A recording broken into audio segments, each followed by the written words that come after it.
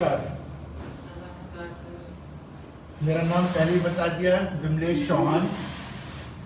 जैसा कि आपको पता है, आप लोगों ने समाचारों में पढ़ा होगा, न्यूज़ में सुना होगा, थोड़े दिनों पहले कोलकाता के एक लॉ कॉलेज में एक छात्रा के साथ बलात्कार हुआ था।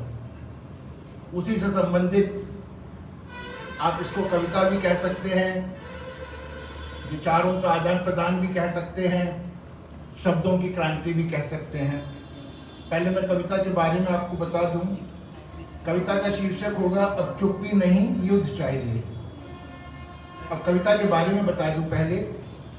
जब किसी समाज में बलात्कार सिर्फ एक समाचार बन जाए, जब किसी की चीख टीवी पर बहस का विषय बन जाए, और जब इंसानियत विचारधारा की राजनीति में दम तोड़ने लगे, तो समझिए अब शब्दों से नहीं, जागरूकता से आगे की क्रांति लानी होगी।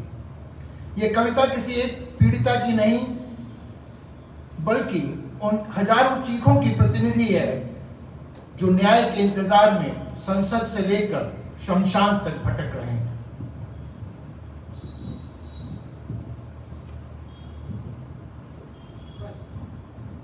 ये एक चेतावनी भी है कि अगली बार मोमबत्ती जलाने से पहले सोच लेना, कहीं वो जलती लो तुम्हारी बेटी की चीख ना हो। ये कविता एक सवाल है व्यवस्था से, विक्षिप्त मानसिकता से, समाज की चुप्पी से और हम सबकी संवेदनहीनता से। ये एक ऐसी कविता है जो नारी की पीड़ा नहीं, उसकी पुकार, उसका प्रतिकार और उसका प्रतिशोध है।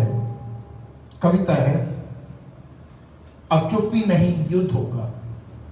एक और बेटी चीखी, एक और बेटी चीखी, कोलकाता की सड़कों पर नहीं, हम सबकी आत्मा के भीतर। एक बार फिर किसी की अस्मिता को फाड़ दिया गया और तुमने फिर कहा देखेंगे क्या कर सकते हैं, और तुमने फिर कहा देखेंगे क्या कर सकते हैं।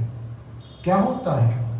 अरे वही होता है, दरिंदे हंसते हैं, नेता चुप रहते हैं, पुलिस पेपर में बयान देती है, जांच जारी है। पर रुको, थोड़ी गिनती कर लो। 2012 दिल्ली, निर्भया की आंतें बाहर आ गई, पर तुम्हारी आत्मा बाहर नहीं आई।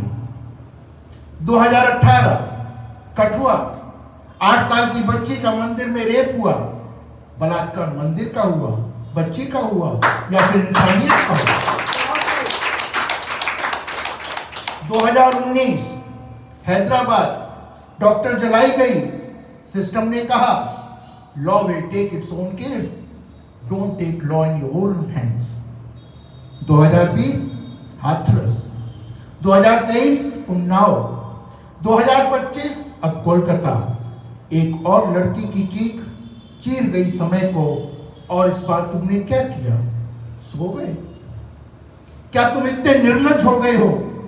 जहां हर बार रेप पर मीडिया टीआरपी कमाता है, नेता राजनीति करता है, पुलिस जांच करती है और जनता मोमबत्ती जलाकर इंस्टाग्राम पर स्टोरी डालती है।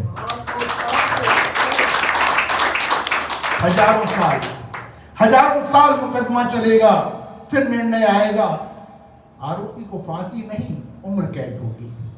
क्यों? कहा जाएगा आरोपी आदतन अपराधी नहीं है, अभी उसमें सुधार की गुंजाइश बाकी है। And it's not the rarest of the rare case. लेकिन अब नहीं, अब रिजोल्यूशन नहीं रिवॉल्यूशन चाहिए, दया नहीं संविधान में क्रांति चाहिए, बेटियों के लिए संवेदनशीलता नहीं सुरक्षा चाहिए। अब वक्त आ गया है, अब वक्त आ गया है, बेटियां चुप नहीं रहेंगी, माताएं सिर्फ रोएंगी नहीं, और देश का हर नागरिक व्यवस्था का गला दबोच कर पूछेगा क्या तुम इतने बेबस हो? क्या तुम्हारे कानून का बेनिफिट ऑफ डाउट केवल दरिंदों के लिए है? क्या संविधान में लड़कियों के लिए जगह नहीं है? क्या हर बलात्कारी तुम्हारी चुप्पी से ताकत नहीं पाता? अब शब्द नहीं संग्राम चाहिए। अब बेटियों को पेप टॉक और पेपर स्प्रे नहीं, वो सिस्टम चाहिए जो दरिंदों की रीढ़ हिला दे।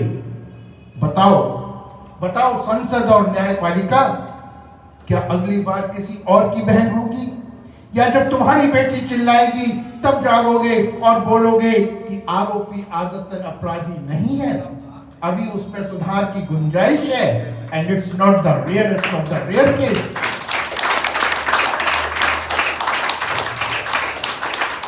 जब तुम्हारी बेटी चीखे तब मत कहना कि हमें पता नहीं था, क्योंकि ये लहू, ये चीखें, ये आंसू हर गली, हर न्यूज चैनल, हर स्कूल, हर व्हाट्सएप पर चिल्ला रहे हैं। हमें नहीं चाहिए वो समाज जहां लड़की पैदा होते ही बलात्कार का डर पी जाती है। अब आखिरी बार पूछता हूं कि आखिर कब तक, क्यों और अगली कौन? Thank you.